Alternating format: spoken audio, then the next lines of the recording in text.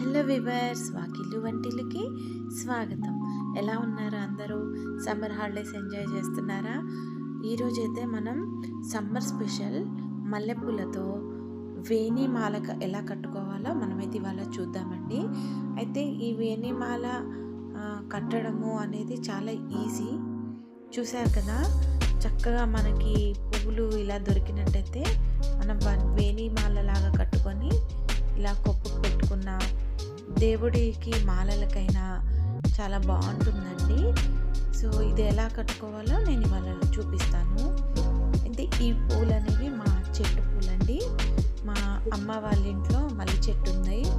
చూసారు కదా ఫ్రెండ్స్, ఎంత పెద్ద మల్లె చెట్టు అంటే ఇది ఇప్పుడే మొగ్గలు వేయడం స్టార్ట్ అయింది.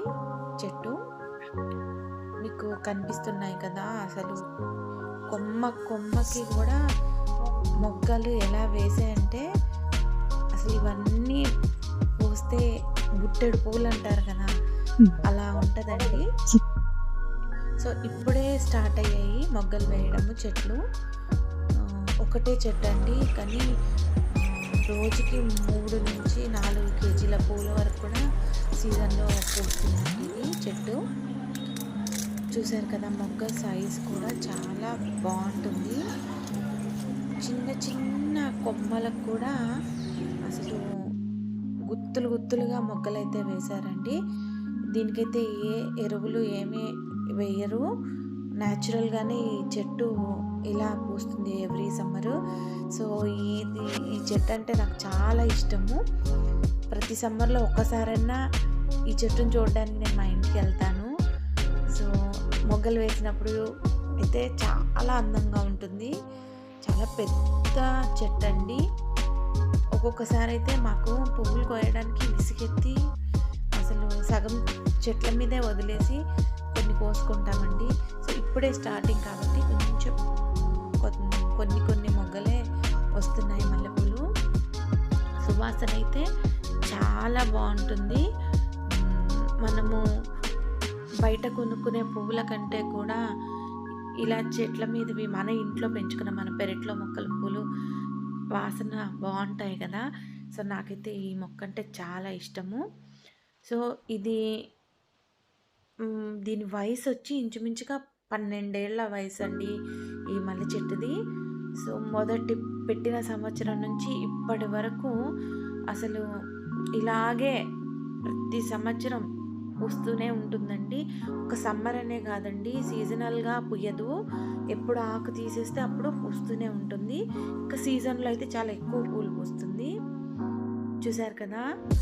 సో ఈ మొగ్గలన్నింటినీ ఇప్పుడు మనము వేణిమాల ఎలా కట్టుకోవాలో నేను మీకు చూపిస్తాను. స్వచ్ఛమైన మల్లెపూలు మంచి మనసుకు చిహ్నం కదా. అలాగే మన సబ్స్క్రైబర్లు అందరూ కూడా మంచి మనసుతో ఈ వీడియోకి లైక్ చేసి షేర్ చేయాలని కోరుకుంటున్నాను.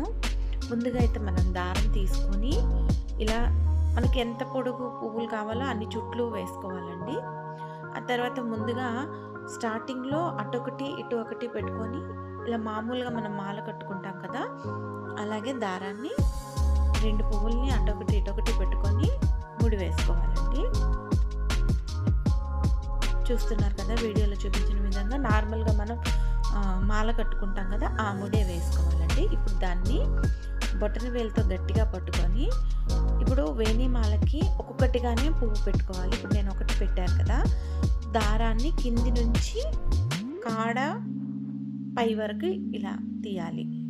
చూస్తున్నారు కదా, వీడియోలో చూపించినట్టు ఒకటి పెట్టుకొని కింది నుంచి పైకి లాగాలి.